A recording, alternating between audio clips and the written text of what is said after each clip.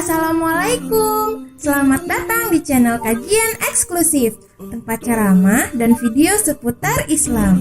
Untuk mendukung channel ini, silakan klik tombol subscribe, like, komen, dan share link video ini ke media sosial kamu ya. Semoga kita semua mendapat pahalanya. Jazakumullahu khairan.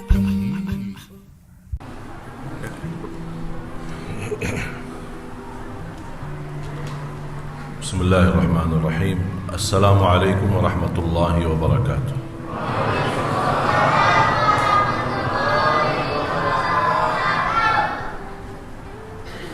Luar biasa semangat adik-adik. Masya Allah. Alhamdulillahi Rabbil Alamin. Ashhadu an la ilaha illallah wahdahu la sharika lahu waliyus salihin. وأشهد أن محمدًا عبده ورسوله الصادق الأمين. اللهم صل وسلم وبارك على سيدنا محمد وعلى آله وصحبه ومن تبعهم بإحسان إلى يوم الدين. سبحانك لا علم لنا إلا ما علمتنا إنك أنت العليم الحكيم.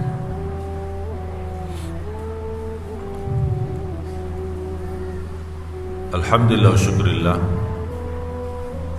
diberikan oleh Allah Subhanahu wa taala kesempatan kita bisa bertemu dan kita bisa melaksanakan salat subuh berjamaah. Mohon maaf kepanjangannya. Udah capek ya? Ya Bu, dah apa-apa ya? Udah, lain kali saya datang baca suratul Baqarah ya. Karena hari Jumat disunnahkan salat subuh di hari Jumat membaca suratul Sajdah dan Al-Insan, dua surah. Kalau di Indonesia yang masih mampu asal dia di separuh sunnahnya, karena dah kuat barangkali ya. Tapi dah apa-apa sekali-kali ya. Kalau mati insyaAllah mati syahid. Bapak Ibu jemaah sekalian dimuliakan Allah Subhanahu wa taala.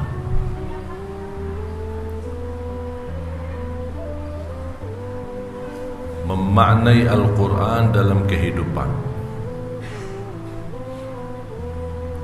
Sebenarnya banyak yang kita bisa memaknai Al-Quran dalam kehidupan.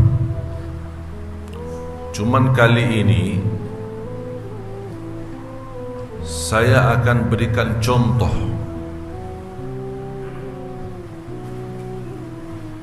amalan, kebiasaan sehari-hari kita lakukan dan ada kaitannya dengan Al-Quran. Mungkin banyak orang tidak tahu, walaupun amalan itu dilaksanakan, tapi tidak mengerti makna yang terdalam, makna yang paling dalam di dalam amalan yang kita lakukan ini.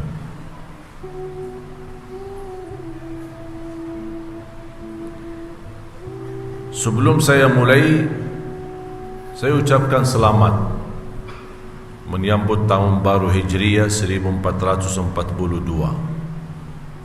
Mudah-mudahan dengan kedatangan tahun baru Hijriah ini kita mampu berhijrah kepada ridha Allah Subhanahu wa taala.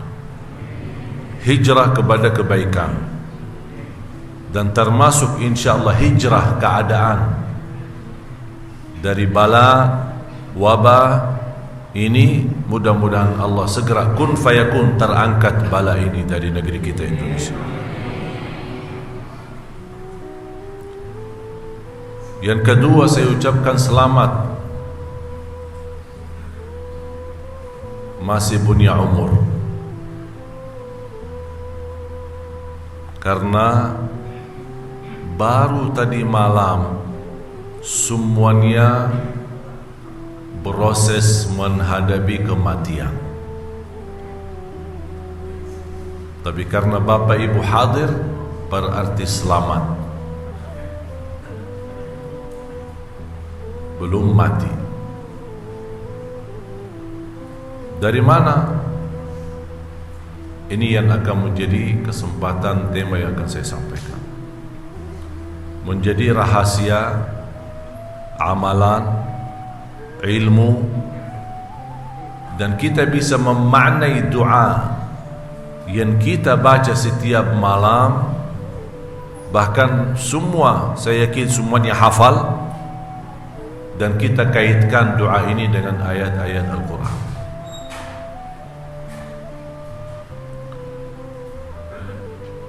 Alhamdulillahilladzi ahyana ba'dama amatana wa ilaihi nusyur.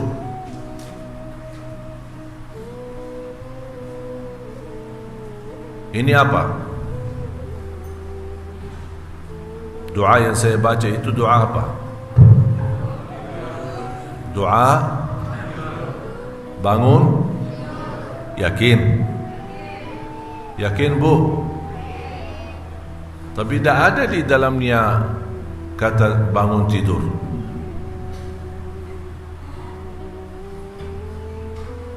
Judulnya doa bangun tidur. Ada enggak kata bangun tidur di dalam doa itu? Coba kita baca lagi.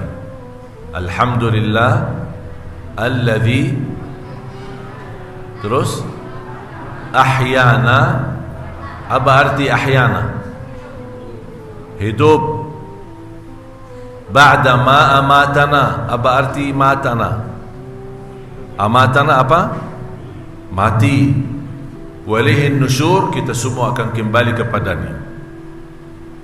Pernah enggak Bapak Ibu fikirkan, renungkan fikirannya, doa bangun tidur, tapi di dalamnya tidak ada kata bangun tidur. Alhamdulillah yang telah membangunkan sesudah tidur. Tak. Kalau bahasa Arabnya, Alhamdulillahilladzi aiqadhana ba'dama anamana. Mana bangun, mana tidur? Justru yang ada istilah mati dan hidup. Alhamdulillahilladzi ahyana. Kata ahyana menghidupkan. Berarti kata menghidupkan sudah mati. Kalau belum mati, kenapa dikatakan hidupkan? Semestinya bangunkan sesudah tidur. Ini yang membuat saya berfikir, ada apa di belakang doa ini? Kenapa ada istilah hidup sesudah mati? Saya gali hadisnya, cari barangkali jawaban yang bisa menutupi penasaran saya. Ternyata saya menemukan hadis, sedikit sekali hadis sahih yang dibawakan oleh Abu Hurairah radhiyallahu anhu, dan sedikit di antara kita yang hafal, termasuk doa bangun tidur. Ya, rata-rata yang kita hafal doa yang tadi. Hafal kan? Hafal. Tapi ada satu lagi doa lebih dalam artinya, dan dia termasuk doa bangun tidur, yang isinya Alhamdulillah alladzi radda ilayya ruhi wa afani fi jasadi wa adhina li bi dhikrihi. Coba sama-sama. Alhamdulillah alladzi radda ilayya ruhi wa afani fi jasadi wa adhina li bi dhikrihi, yang artinya Alhamdulillah yang telah kembalikan ruhku. Subhanallah. Saya pas baca doa ini saya kaget. Karena kata kimbali berarti sebelumnya sudah pergi. Karena tidak mungkin ada kata kimbali kalau belum pergi. Alhamdulillah yang telah kimbalikan ruhku. Berarti ruh kita kemana? Di masa tidur kita. Memberikan afiat di jasadku. Bangun sihat wal afiat kan? Siapa yang kasih afiat? Allah. Padahal secara medis tidur ini bisa mengakibatkan stroke. Kenapa? Karena darah tidak berjalan, tidak lancar. Dan ini kalau darah tidak lancar, kadang-kadang kita bangun terasa agak kesemutan kan? Tangan kita kesemutan atau kaki kita. Kalau bukan berlindungan dari Allah, bisa stroke. Karena semua tubuh badan kita bekerja pelan-pelan. Karena tidak ada fisik, tidak ada tenaga, tidak ada kerja keras, karena istirahat, semua termasuk jantung kita. Dia berkurang kekuatannya dan suplai darahnya. Tapi Allah memberikan afiat. Bahkan berbaring kanan kiri, bolak-balik, tanpa kita rasa. Kalau kita tidur di satu sisi ke kanan sambil kita bangun, bisa termakan kulit kita, habis. Subhanallah. Bangun, badan kita sehat, tidak ada luka, tidak ada bekas apa-apa. Coba Bapak Ibu kalau lihat orang sakit di rumah sakit sekian hari atau sekian minggu atau bisa sekian bulan, kalau tidak dipindahkan posisinya dan dibersihkan tempat tidurnya, bisa habis kulitnya. Betul enggak? Terus gimana kita tidur? Siapa yang melindungi kita? Allah Subhanahu wa ta'ala. Maka kita ucapkan alhamdulillah. Alhamdulillah alladzi radda ilayya ruhi, kembalikan ruhku. Wa afani, memberikan afiat. Di mana afiatnya? Di jasadku. Masih sehat, tidak ada apa-apa. Terus yang ketiga, wa adzina li bidzikrih, dan mengizinkan untuk berzikir kepadanya. Kita bangun tahajud, kita bangun baca Quran, kita bangun zikir, kita bangun untuk salat subuh, itu namanya zikir kepada Allah. Yang mengizinkan untuk kita zikir Allah Subhanahu wa ta'ala.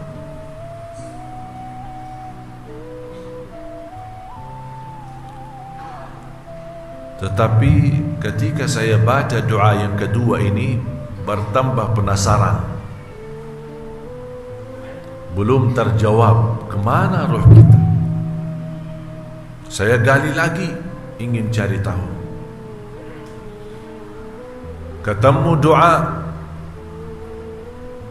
namanya doa tidur. Apa isi doa tidur? Bismika Allahumma ahya wa amut, bismika Allahumma ahya wa bismika amut, bismika Allahumma amutu wa ahya. Semuanya boleh. Mana yang duluan? Boleh. Bismika Allahumma ahya wa bismika amut, boleh. Bismika Allahumma ahya wa amut, boleh. Bismika Allahumma amutu wa ahya. Kalau boleh saya singkatkan doa ini dalam bahasa Indonesia, Bismillah saya mati. Karena Bismika Allahumma amutu bukan Bismika Allahumma tidur. Padahal judulnya judul doa tidur, tapi tidak ada istilah tidur. Bismika Allahumma amutu berarti Bismillah saya mati. Kira-kira Bapak Ibu sadar gak ucapan ini? Kalau kita bilang Bismillah saya mati berarti udah siap.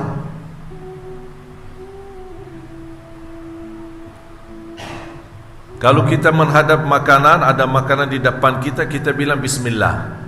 Tujuannya apa Bismillah? Untuk Makan. Tak mungkin bilang bismillah terus diam. Ayo Pak makan. Tunggu dulu. Apaan ya tunggu? Kan sudah bismillah. Berarti ada niat membuka, memulai makan. Sama juga. Mulai menghadapi kematian, kita ucapkan bismillah. Berarti kita siap. Makanya dianjurkan tidur dalam keadaan wudu. Kalau memang sudah takdirnya mati malam itu, insya-Allah tanda husnul khatimah. Bahkan disebutkan dalam riwayat yang sahih, ketika kita tidur dalam keadaan wudu, Allah membawa malaikat di bawah baju kita, di atas dada kita, mendoakan sepanjang kita tidur, Allahumma ighfir lahu, Allahumma arhamhu, sampai kita bangun.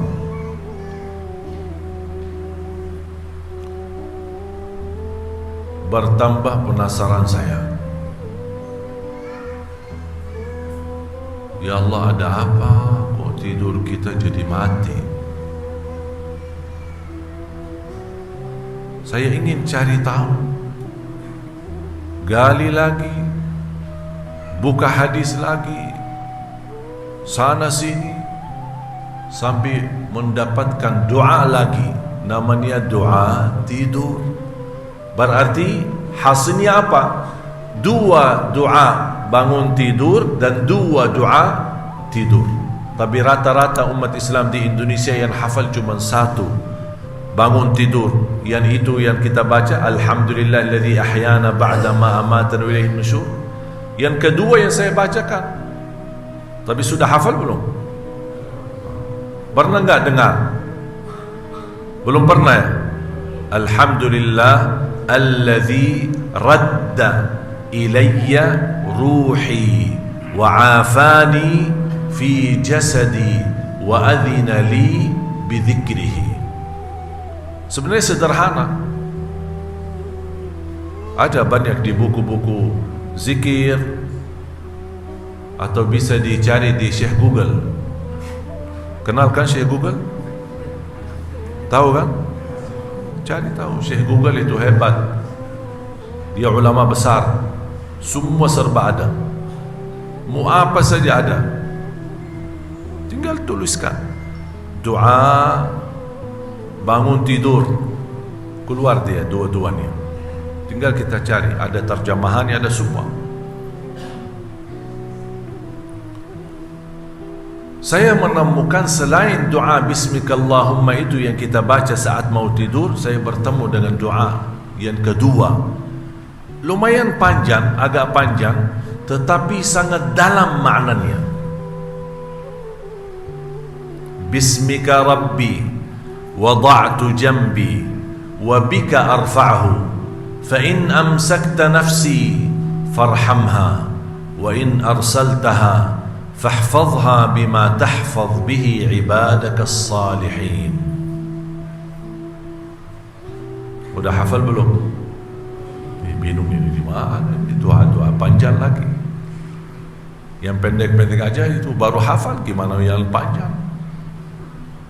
Sama-sama. Bismika Rabbi wada'tu jambi wa bika arfa'hu fa in amsakta nafsi farhamha wa in arsaltaha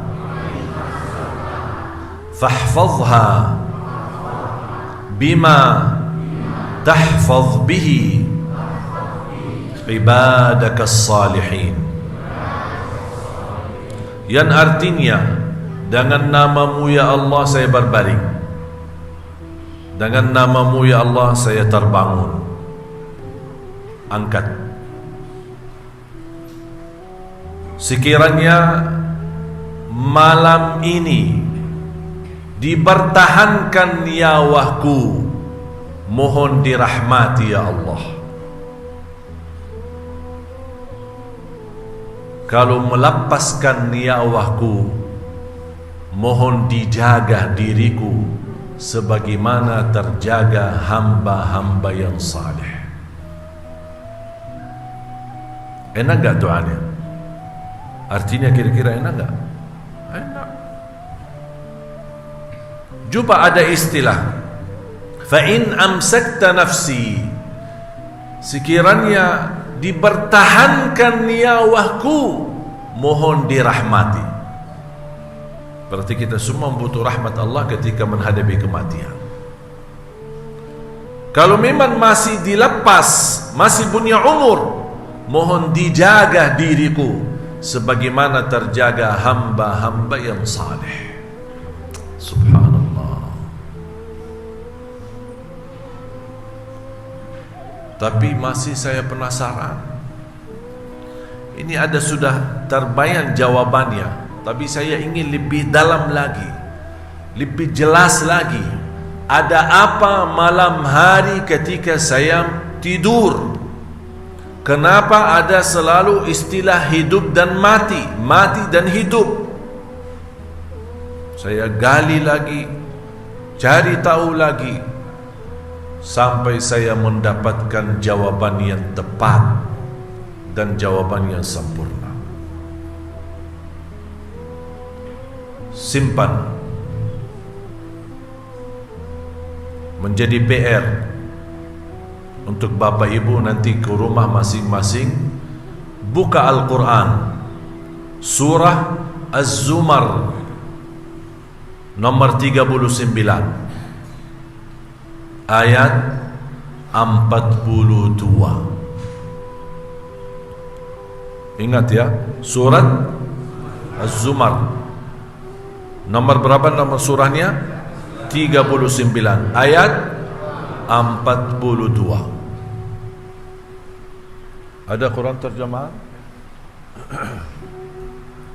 Kita akan baca terjemahan ini.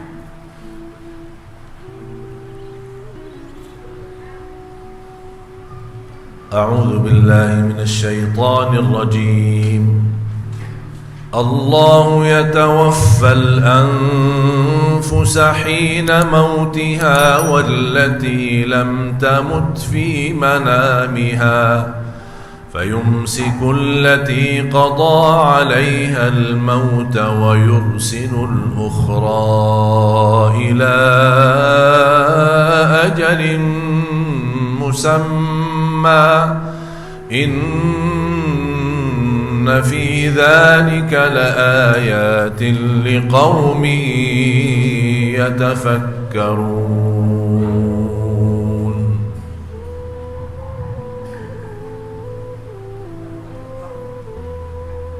Coba Bapak Ibu, saya mohon renungkan fikiranmu, hadirkan hatimu, dan dengar baik-baik firman Allah ini.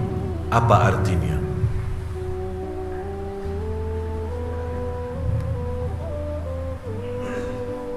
Allah memegang nyawa seseorang. Allah memegang nyawa seseorang pada saat kematiannya. Ya, sebentar. Sabar. Pelan-pelan Pak, ini soal mati. Kita harus faham. Ini harus faham.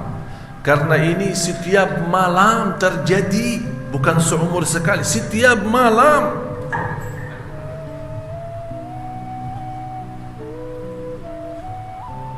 Allah memegang nyawa seorang ketika dia mati.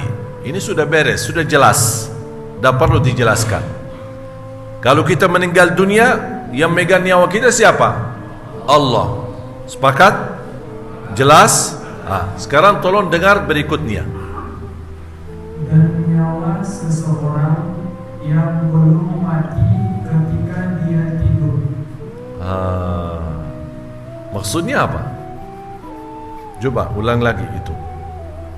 Dan nyawa seseorang yang belum mati ketika dia tidur. Artinya, kalau tadi Allah berfirman, Allah memegang nyawa seorang ketika mati. Dan arti dan apa? Sambungan kan? Dan memegang nyawa, tapi tidak perlu disebutkan megang lagi. Tapi itu yang dimaksud, dan memegang nyawa seorang ketika dia tidur belum mati. Kalau Allah memegang nyawa kita saat kita tidur, berarti terlepas dari jasad kita.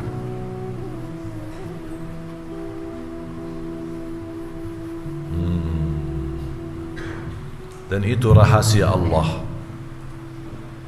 Ada orang bertanya, gimana kok nyawa kita diambil, dimegang nyawa, tapi kita masih bisa bolak-balik, masih kita bisa merasa. Wallahu a'lam. Dahsyat kekuasaan Allah, tidak bisa tahu rahasianya. Dan memegang nyawa seorang ketika tidur belum mati. Ini kata tidur belum mati, Allah jelaskan lagi lebih dalam supaya kita faham apa yang dimaksud Allah memegang nyawa kita saat kita tidur belum mati. Coba lanjut. Maka dia tahan nyawa orang yang telah dia tetapkan kematiannya. Dibangunin, bangun subuh, inna lillahi wa inna ilaihi raji'un. Ternyata ketika dia mulai tidur, dimegang nyawanya oleh Allah, sudah tidak diizinkan untuk dilepas, dipertahankan. Makanya di sini Allah berfirman apa? Coba ulang kalimat terakhir. Maka dia tahan nyawa orang yang telah dia tetapkan kematiannya. Dipertahankan. Sama doa yang tadi yang saya bacakan kan? Fa in amsakta nafsi, sekiranya nyawaku dipertahankan, mohon apa? Dirahmati. Terus Dan dia lepaskan nyawa yang lain sampai waktu yang ditentukan. Melepaskannya. Ini kan soal bangun tidur, masalah tidur kan? Masalah mati sudah selesai, tapi Allah bahas sekarang masalah tidur. Apa yang terjadi di masa tidur kita? Ada yang dipertahankan nyawanya, sudah tidak punya umur lagi. Ada yang diberikan dan dilepaskan nyawanya sampai waktu yang ditentukan oleh Allah. Dan peristiwa ini Allah perintahkan untuk apa? Apa yang semestinya kita lakukan terhadap peristiwa yang dahsyat, peristiwa yang luar biasa. Setiap malam proses menghadapi kematian. Apa yang harus kita lakukan terhadap hal ini yang menunjukkan kebesaran dan dahsyat Allah Subhanahu wa taala? Allah tutupi dengan kalimat yang sangat pas terhadap makna yang kita ingin sampaikan.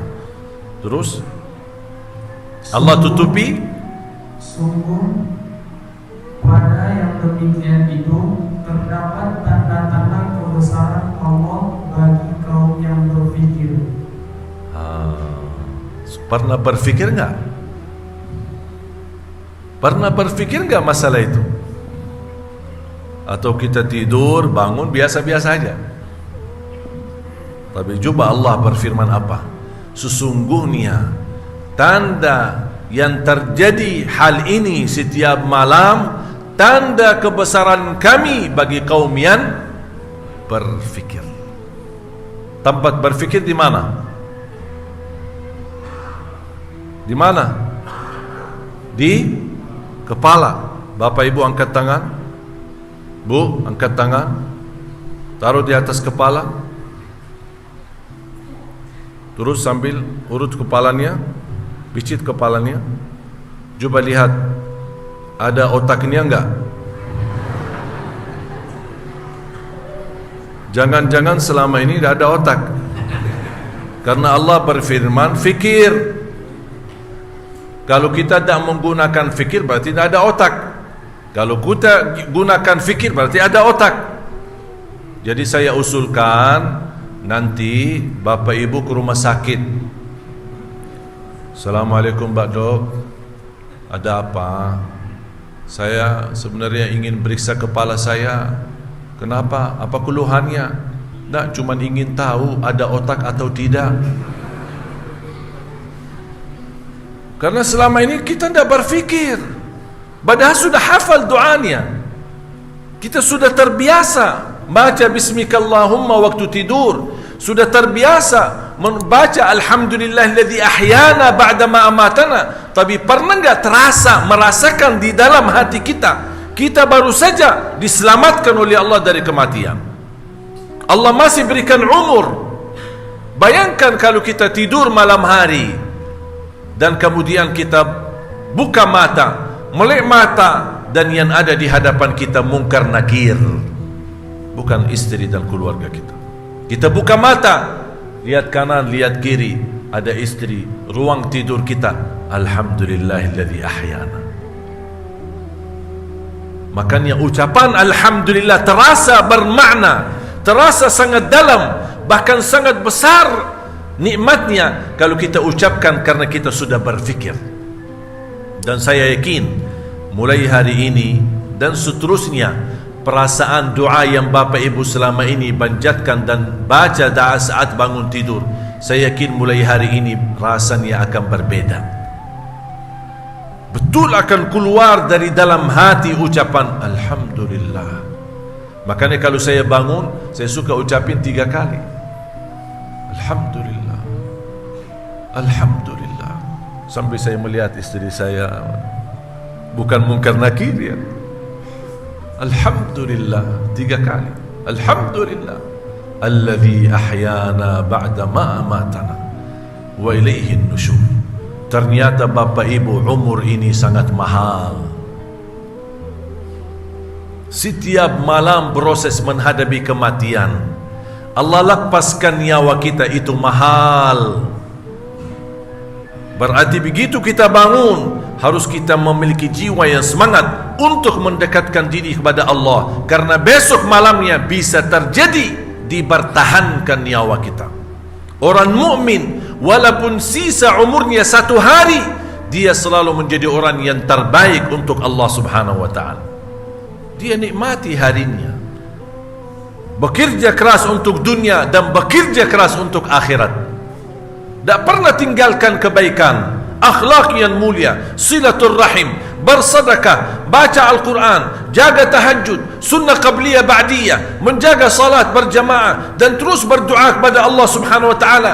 Dia maksimalkan harinya, karena dia nanti malam bisa berkata bismikallahumma amutu wa ahya, belum tentu bangun lagi.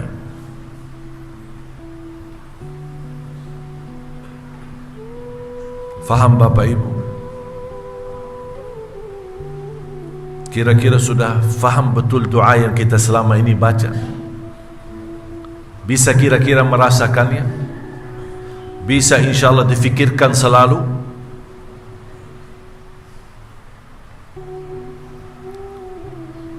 Makanya selalu jaga, kalau pas lagi mau tidur, usahakan tutupi harinya dengan kebaikan. Kalau orang tuanya masih ada, telefonlah mereka minta maaf kalau posisi mereka jauh. Kalau ada di rumah kita, datangi mereka dan minta maaf dan minta doa restu. Karena bisa pemaafan ini, berkata minta maaf, mungkin terakhir. Kita tak sempat ucapin minta maaf lagi sama mereka. Tidur dalam keadaan bersih hati kita. Sudah maafkan, ada orang nyakiti kita, ada orang fitnahin kita, ada orang menzalimi kita. Ya Allah, saya maafkan dunia akhirat. Karena bisa jadi terakhir itu malam. Karena kalau kita membuka hati memaafkan semua orang, termasuk orang yang menzalimi dan menghina kita atau memfitnah kita, pasti dapat balasannya. Allah memaafkan atas semua kesalahan dan dosa kita. Siapa yang tidak mau dimaafkan oleh Allah? Makanya biasa maafkan orang lain. Minta maaf sama istri kita, istri minta maaf sama suaminya. Apalagi kalau bisa kita wudu, tutupi malam kita dengan witir.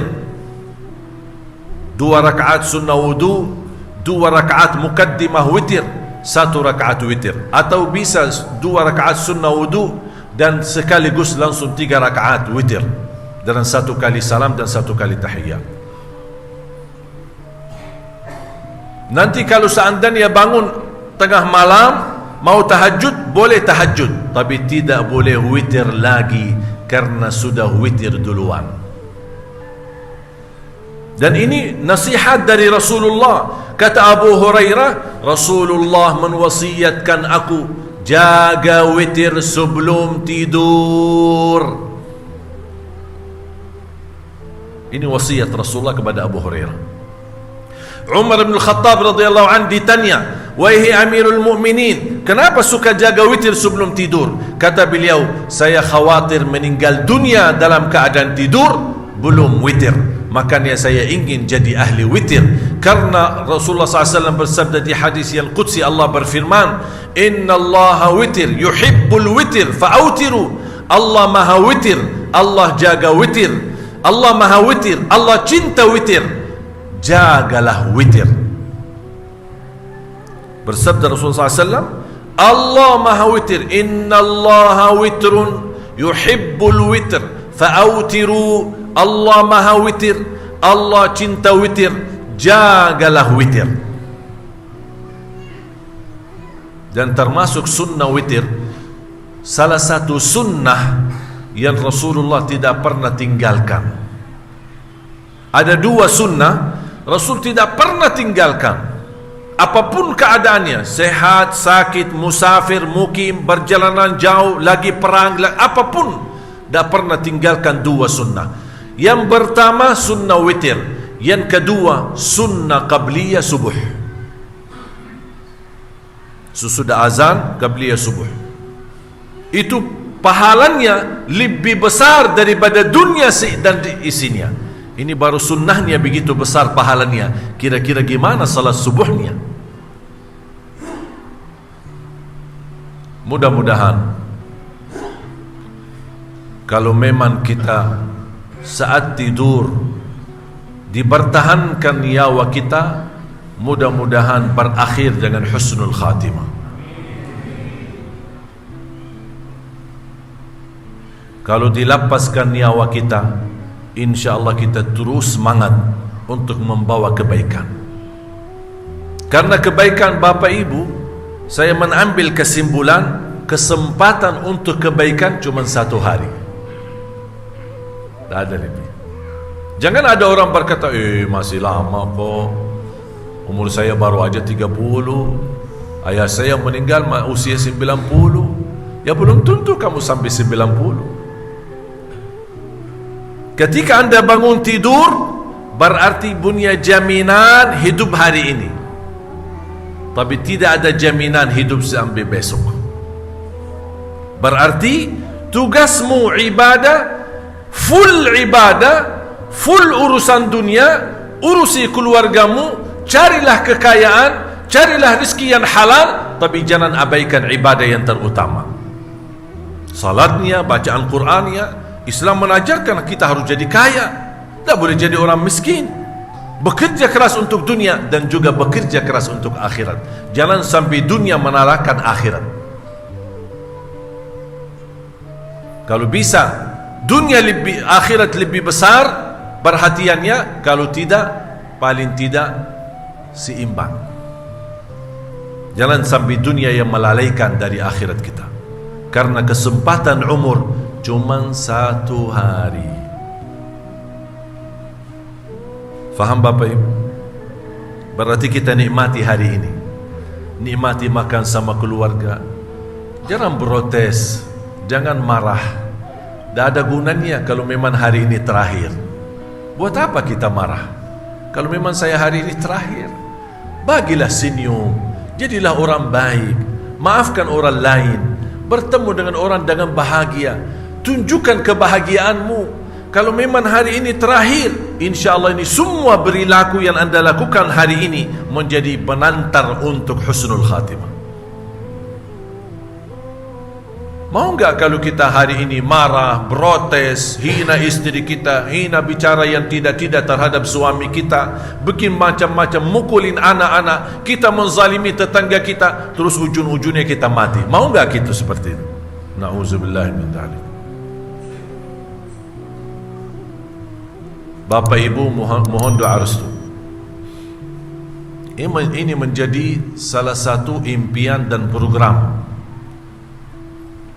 Kita bukan hanya mencetak para penghafal Al-Quran, tapi kami ingin membawa penghafal Al-Quran memahami Al-Quran sebagaimana saya jelaskan baru, supaya merasa di dalam hatinya, membawa Al-Quran dalam kehidupannya sehari-hari. Mohon doa restu. Alhamdulillah kemarin kita bertemu sama seorang di Pekanbaru. Dia ingin bertemu sama saya, bertemu di hotel sebelum kita lanjut acara. Dan Alhamdulillah beliau telah menyediakan tanah menjadi wakaf untuk membangun salah satu markas. Karena cita-cita saya membangun 100 markas tahfizul Quran di tengah negeri kita Indonesia. Buat apa 100 markas? Untuk mencetak 1 juta penghafal Al-Quran untuk Indonesia. Dan Alhamdulillah program ini sudah jalan, bukan baru mau jalan, sudah jalan. Dan Alhamdulillah sudah mencetak puluhan bahkan ratusan penghafal Al-Quran.